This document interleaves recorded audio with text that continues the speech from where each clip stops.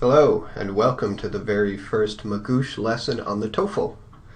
Today we're going to talk about a very general overview of the test. We won't talk about any specific details. First, what is the TOEFL? What does TOEFL mean, and what does IBT mean? TOEFL stands for the Test of English as a Foreign Language. IBT stands for the Internet-Based Test. This is important because there are also two other tests, the PBT and the CBT. The CBT is gone. It is dead. The PBT, though, does still exist. The IBT is the most common form of the test. It's what you will take in most countries. In the United States, it is the only test. But the PBT, the paper-based test, does still exist in some countries. If you don't have access to the internet, then you can take the PBT instead of the IBT. But the PBT is a very different test. It has different sections, different strategies, and studying for the PBT is a little bit different from studying for the IBT. We're going to focus on the IBT because it's the most common form. It's more important, and most students will take the IBT.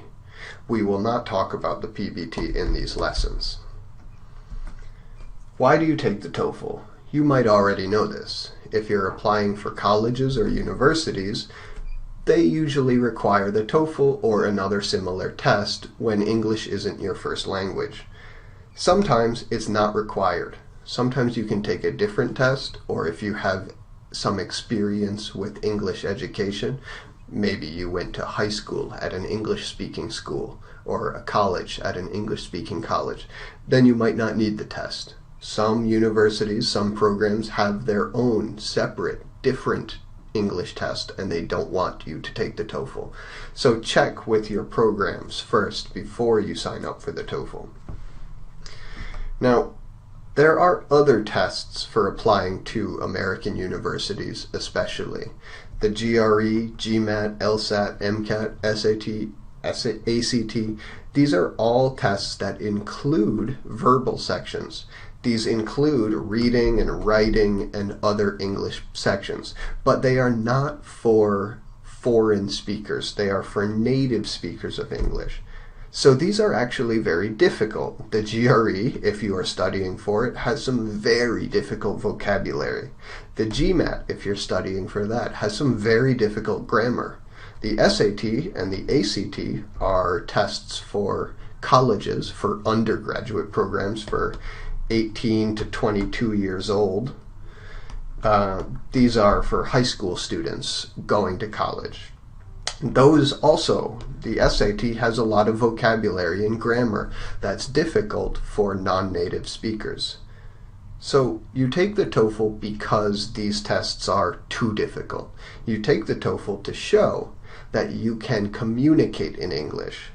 Even if GRE vocabulary is too difficult and GMAT grammar is too difficult, you can speak English and you can write in English and you can understand English.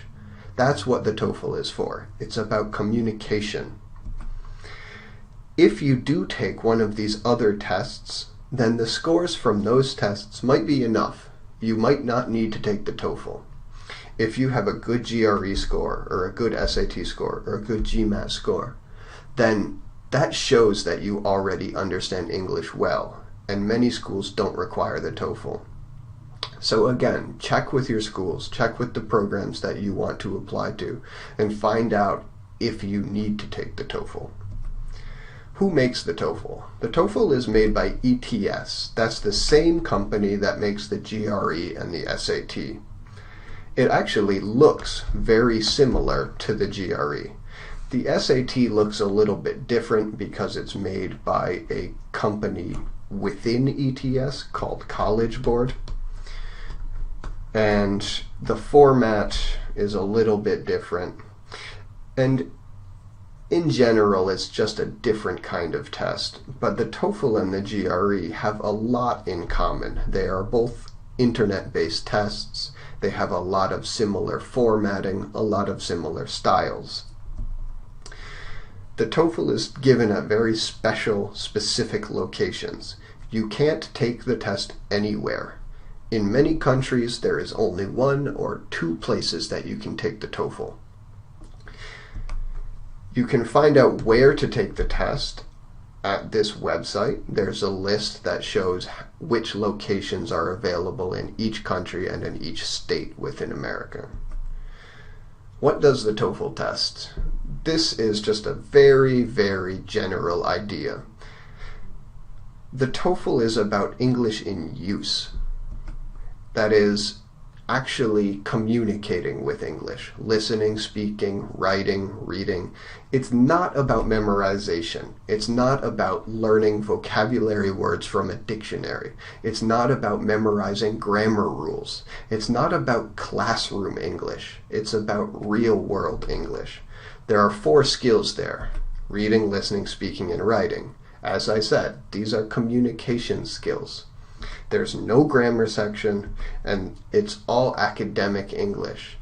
So this means that you need to know how to communicate at a school, at a university, at a college. You don't need to know how to take a grammar test or how to take a vocabulary test. That's very different from the TOEFL. In fact, these 4 skills are the 4 sections of the TOEFL. There is a reading section, a listening section, a speaking section, and a writing section. We'll talk about those 4 sections more in the next introduction videos, but that's all for this lesson.